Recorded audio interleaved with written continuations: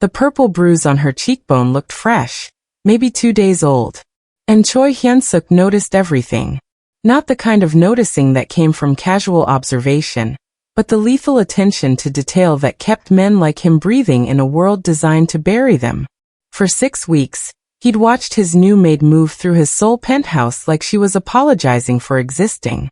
But when the wine glass slipped from her trembling fingers and Naomi Carter dropped to her knees with her arms shielding her head, like she'd done this before, like she was braced for the blow, Hyun-suk made a decision that would violate every code his organization had bled for.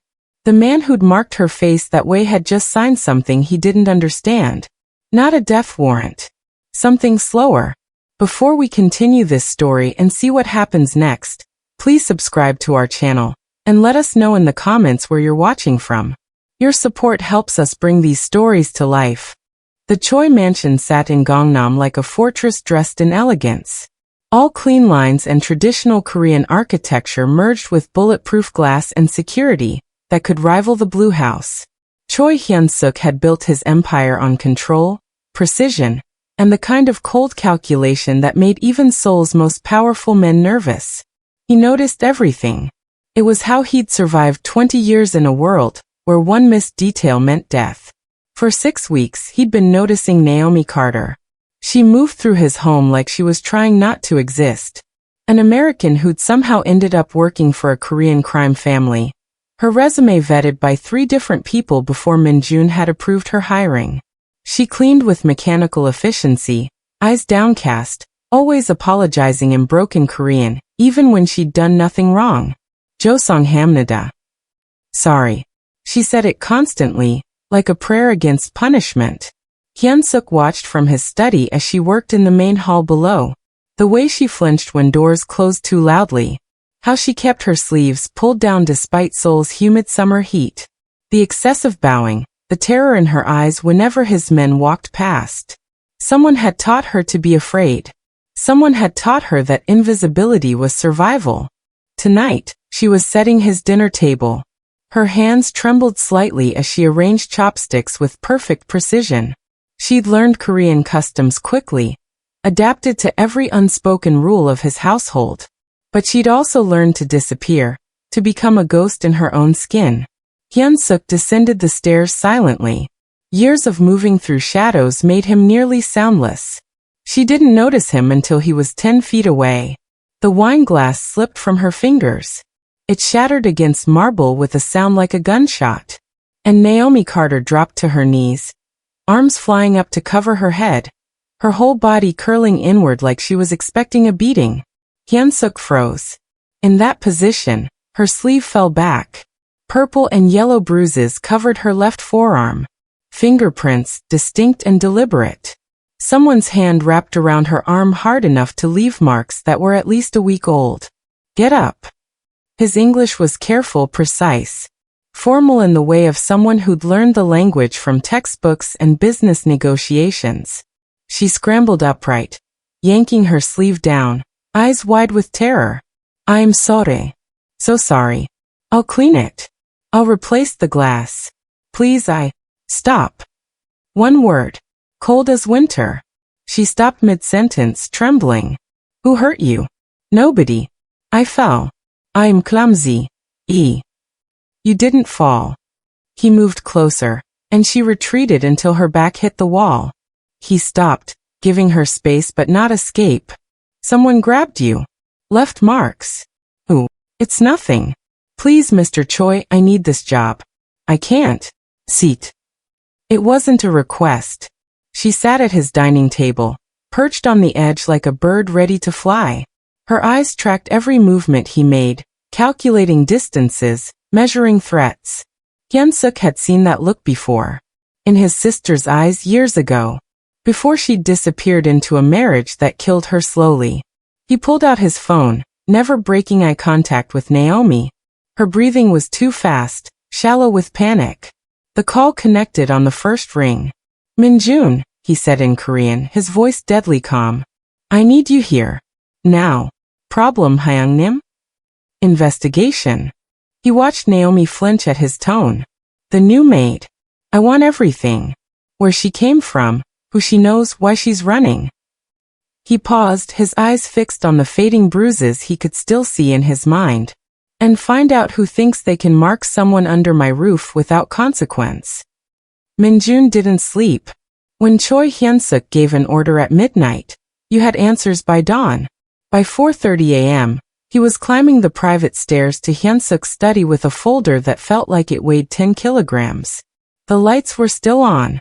Hyun-suk stood at the window overlooking Seoul's glittering skyline, a glass of soju untouched in his hand. He'd changed into dark slacks and a white shirt, sleeves rolled up. His thinking uniform. Tell me, Hyun-suk said without turning.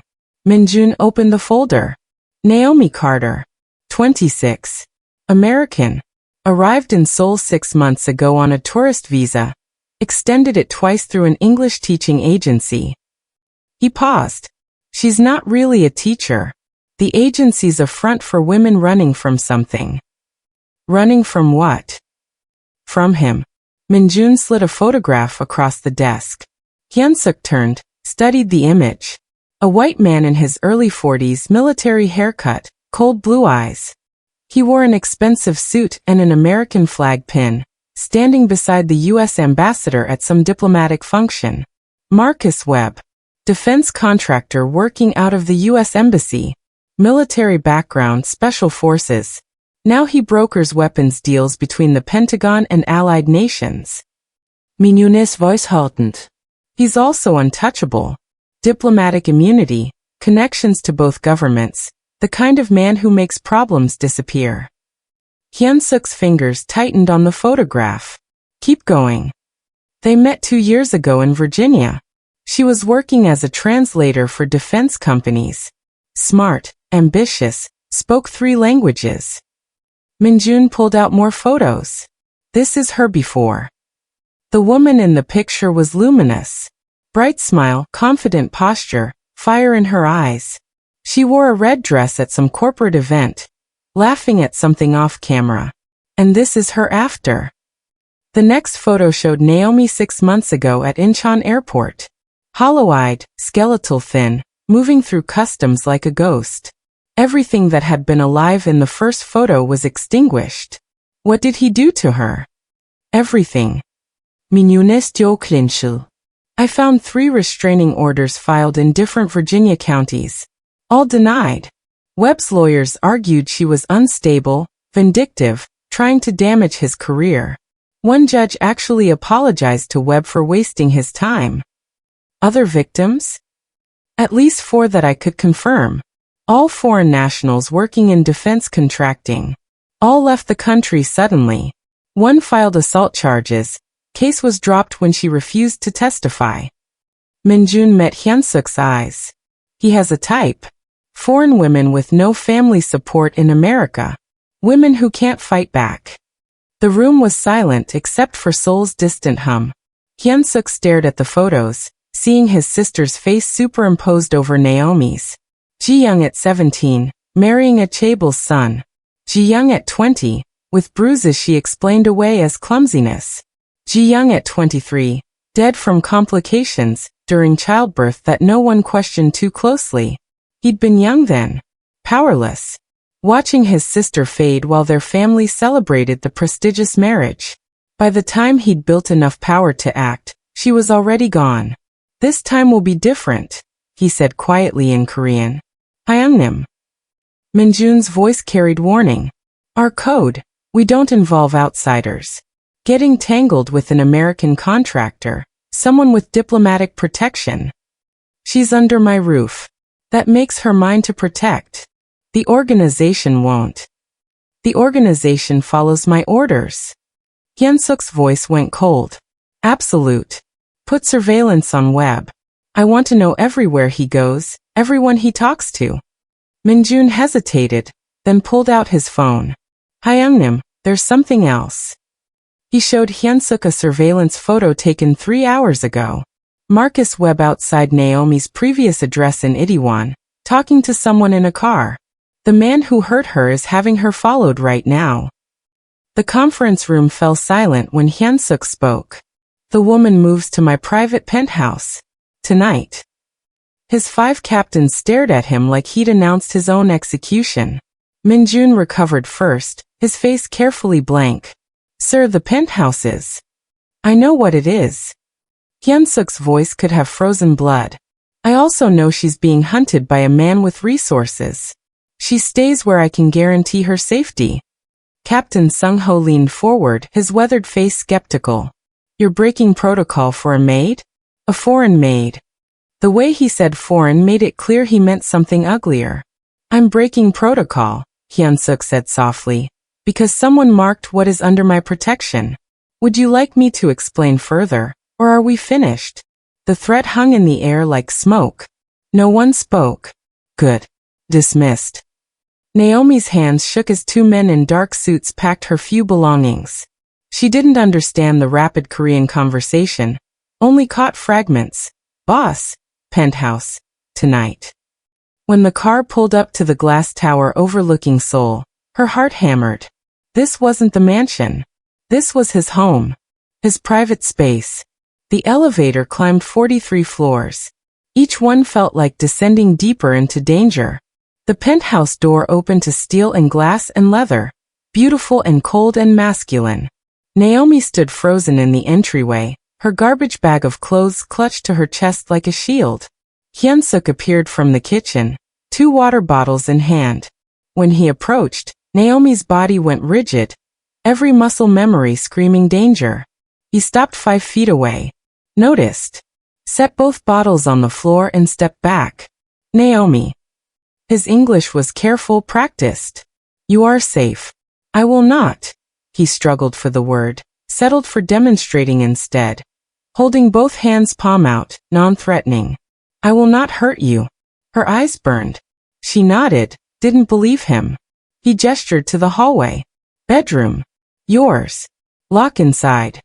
He mimed turning a deadbolt. Kitchen. Food. All. He swept his hand around. Yours.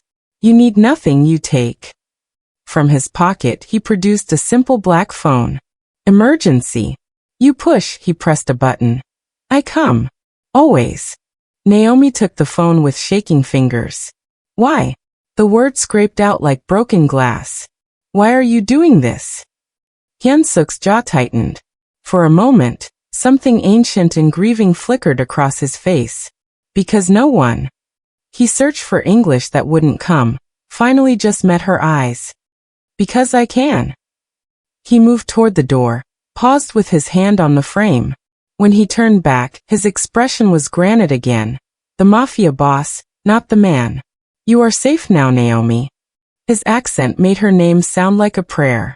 But the man who hurt you? He will come. The door closed with a whisper of expensive hinges.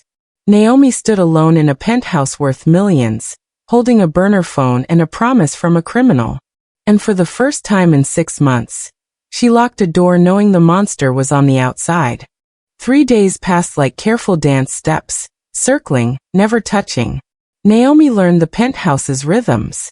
Hyunsuk left before dawn, returned after dark. He moved through the space like smoke, silent and purposeful. She started leaving the bedroom door open. Started breathing normally when he entered a room. On the 4th morning, she found him in the kitchen attempting breakfast. He stared at the coffee maker like it had personally offended him. You push this. He pointed at 3 different buttons. Naomi almost smiled. Here. She reached past him. He went very still. And pressed the correct sequence. The machine gurgled to life. Something like embarrassment crossed his face. Thank you. She said carefully. Thank you in Korean. His eyes snapped to hers, surprised. You are learning. YouTube. She shrugged, feeling foolish. I have a lot of time. That night, he brought home Korean takeout and gestured at the dining table. They ate in silence, the language barrier a wall between them. He kept glancing at her, then away, like he was solving an equation. Finally, Naomi set down her chopsticks.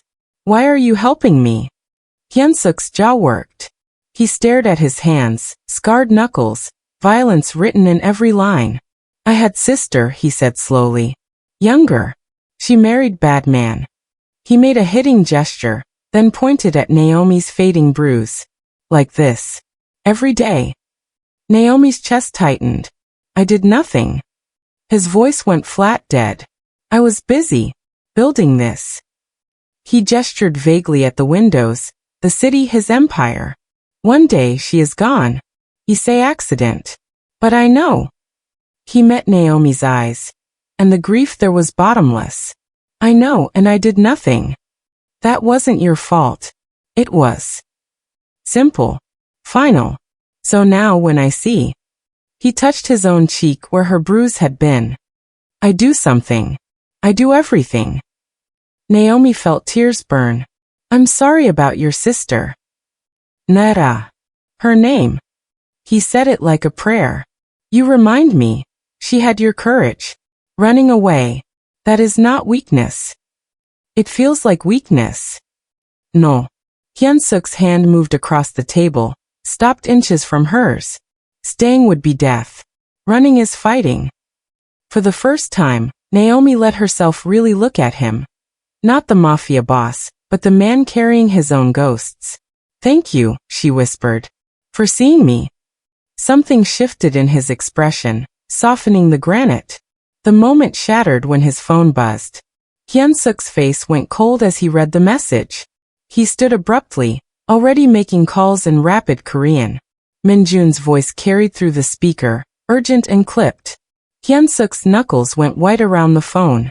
He looked at Naomi, and she saw something she hadn't seen before in his eyes. Fear. He ended the call. Naomi. The man who hurt you, he is asking questions. About you. About me. His English fractured under stress. He knows. He knows you are with me now. The takeout containers suddenly looked like crime scene evidence. Outside, Seoul glittered, beautiful and indifferent. And somewhere in that sprawling city, Marcus was hunting. The elders sat in a semicircle like judges at an execution. 3 men who'd built the organization before Hyunsuk was born. Their faces carved from decades of violence and tradition. Elder Kim spoke first. You keep a foreign woman in your private residence. You assign men to guard her. You neglect business for what? Sentiment. Careful. Hyunsuk's voice was ice. We are careful. You are not. Elder Park leaned forward, liver-spotted hands flat on the table. This woman makes you weak. Distracted. She dishonors our code. No outsiders, no emotional entanglements, no. Enough. Hyunsuk stood and the temperature dropped. You want to discuss honor? Where was our honor when we ignored suffering because it was inconvenient? When we looked away because tradition demanded it? You speak of tradition like it's bondage, Elder Kim said coldly. It is survival. My sister believed that too. The words cut like glass. She stayed silent because tradition said family shame stays hidden. She endured because our code said a woman's place was obedience. Hyunsuk's hands clenched. And I did nothing because I was too frozen by those same codes to act. The memory hit him like always. Nare's funeral, closed casket, her husband's crocodile tears. Hyunsuk standing paralyzed. A perfect soldier of tradition, while his sister lay cold in the ground. Never again, he said quietly. Strength is not following rules blindly. Strength is choosing who to protect, no matter the cost. The elders exchanged glances. Elder Park's expression softened microscopically. 10 days. Resolve this situation completely, or she goes. Those are the terms. Hyunsuk nodded once. 10 days to end a hunter.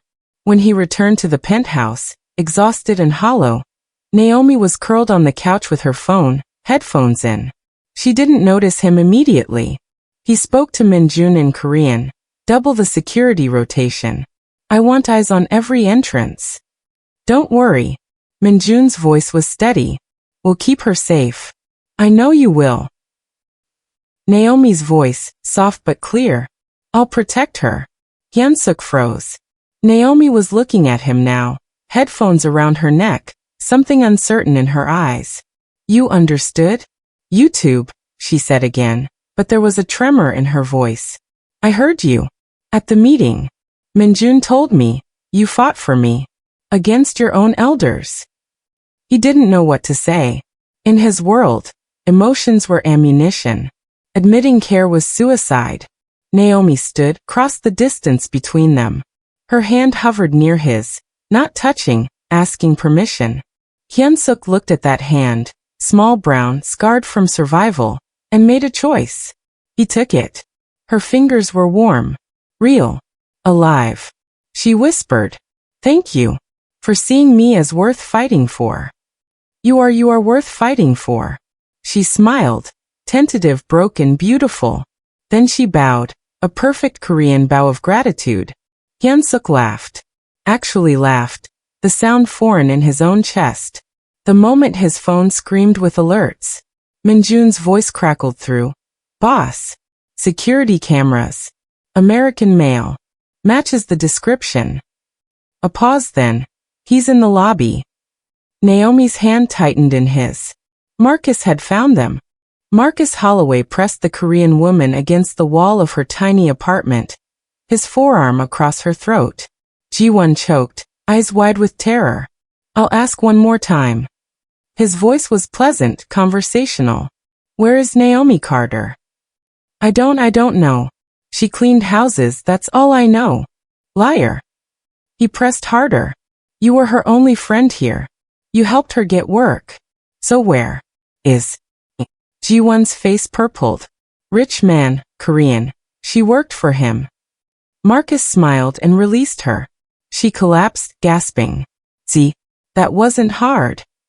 He crouched beside her, almost gentle. "Here's what you don't understand. Naomi is mine. I found her in Atlanta, broken and perfect. I shaped her. When she runs, I find her. When she hides, I dig her out."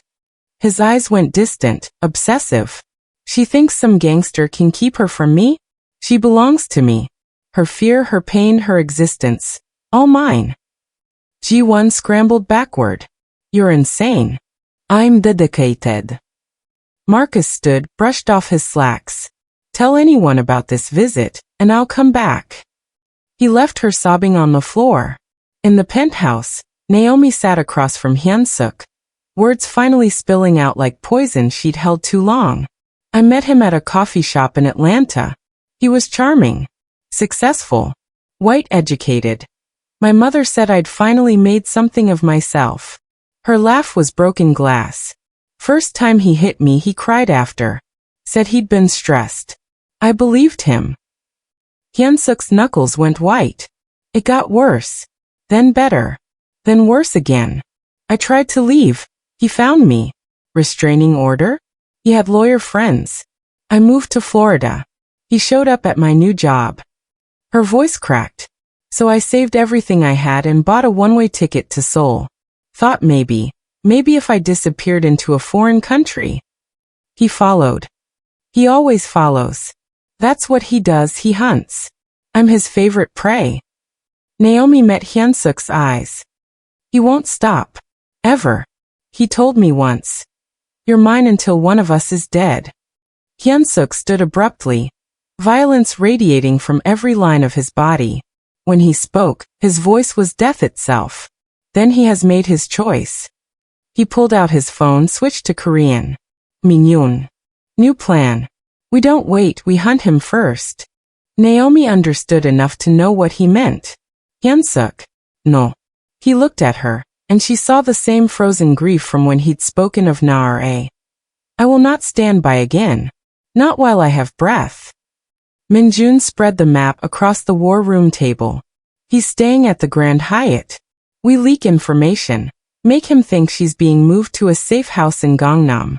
Lure him into our territory, somewhere isolated." "The warehouse district," Captain Sung-ho suggested. "We control every block." Hyun-suk nodded. "Make it look legitimate. A convoy security detail. He'll take the bait."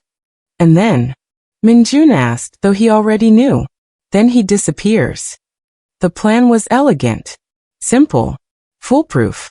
But in the security room, one of the building employees pocketed an envelope thick with American cash. Marcus Holloway smiled at the building schematics on his phone screen. Maintenance tunnels, service elevators, blind spots in camera coverage. He didn't need to follow their trap. He'd already found another way in. The convoy left at sunset. 3 black SUVs carrying nothing but decoys and armed men. Minjun rode in the lead vehicle, coordinating the ambush.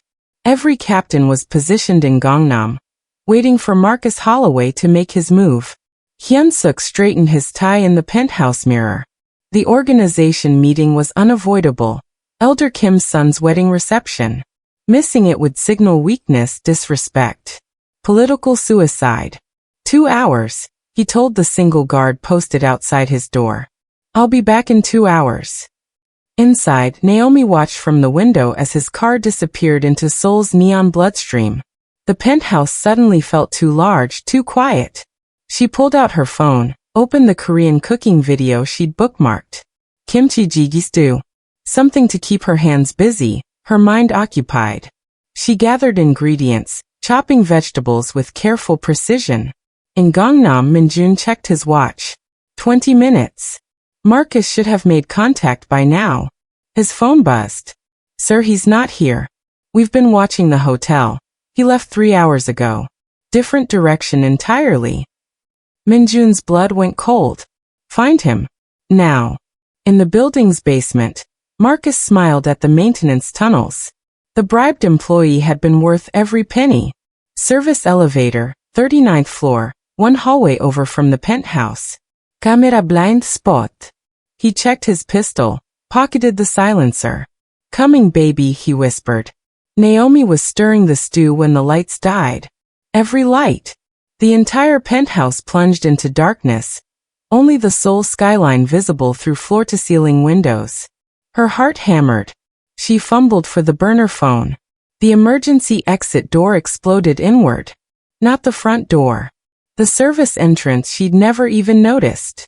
Heavy footsteps. A silhouette against the city lights. Did you really think you could hide from me? Marcus's voice turned her blood to ice.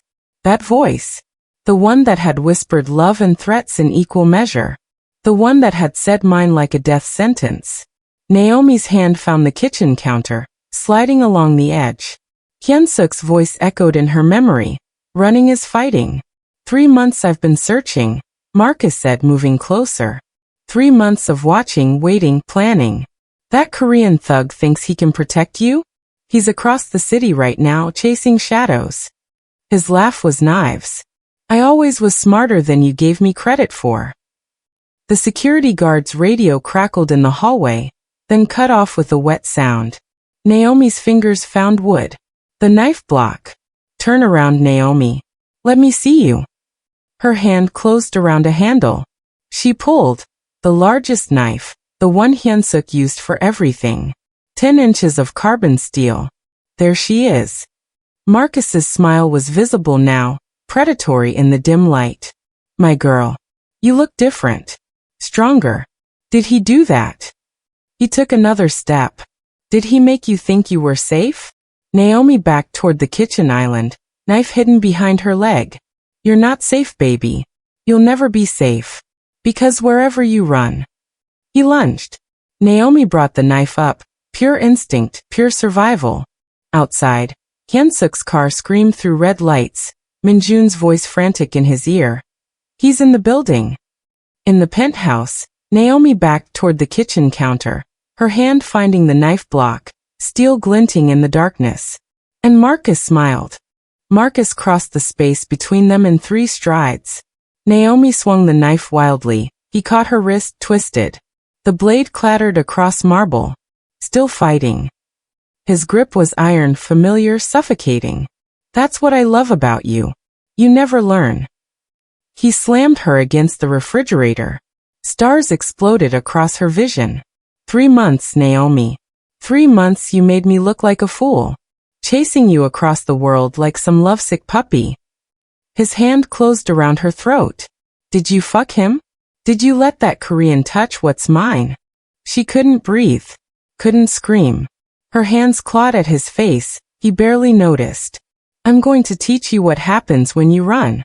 And then I'm taking you home. We'll start over. Fresh slate.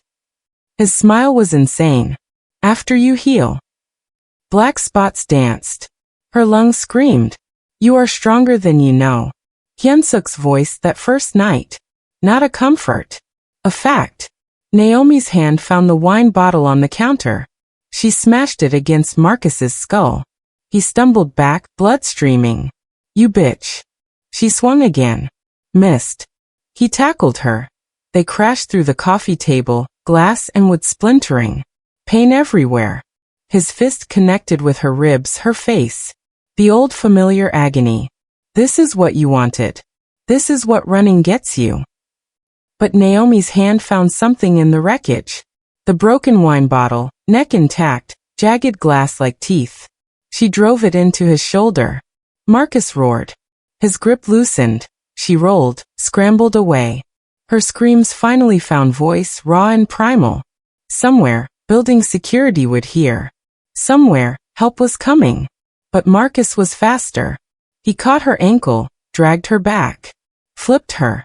His hands found her throat again. You're mine. Each word punctuated with pressure. Until. You. D. The world grade. Naomi's hands fumbled uselessly against his grip. This was it. This was how it ended. Strength is choosing who to protect. Not just others. Herself. Her fingers found the broken glass beside her head. She gripped it, felt it slice her palm, and swung with everything left. The jagged edge opened Marcus's throat. His eyes went wide. Shock. Disbelief. Blood, so much blood, hot and arterial. His hands released. He fell sideways, gurgling, clutching his neck. Naomi lay gasping on the floor, covered in red.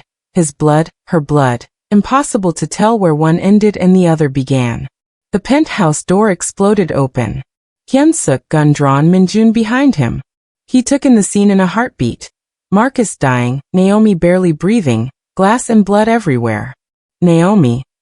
He was beside her instantly, taking the broken glass from her shaking hands. Naomi, look at me. She couldn't stop shaking. Couldn't stop seeing Marcus's eyes, the light leaving them. Minjun was already on the phone, rapid Korean. Police. Paramedics.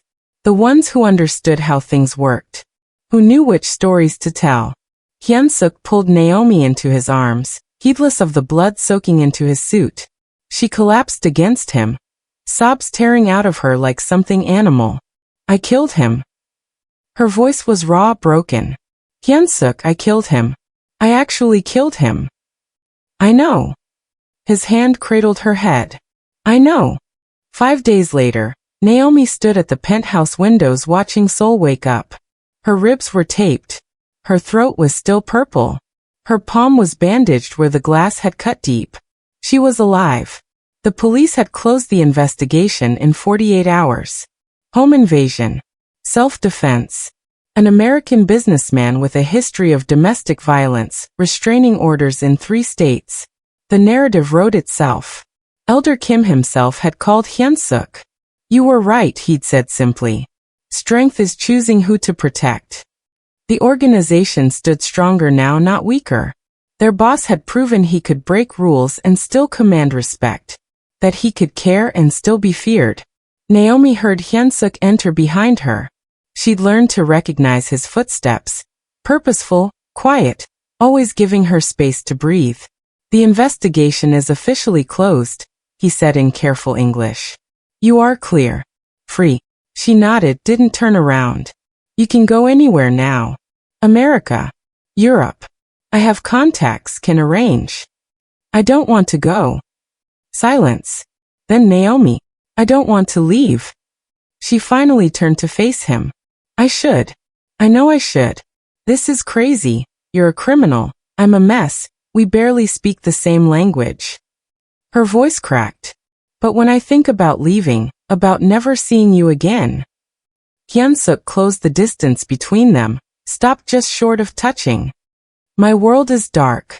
It will always be dark. Violence, secret, danger. This, he gestured at the penthouse, the city, everything he'd built, is not a fairy tale. I've seen darkness. Naomi reached for his hand, The gesture easier now. Real darkness. The kind that whispers you're worthless, that you deserve the pain, that no one will ever believe you.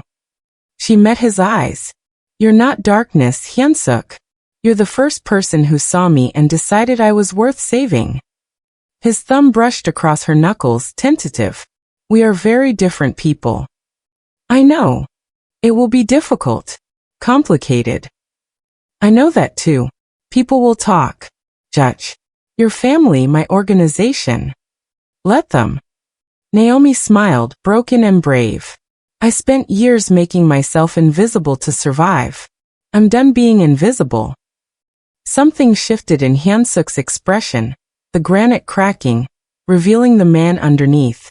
Partners, he said finally. Not protector and protected. Equal. Equal, she agreed.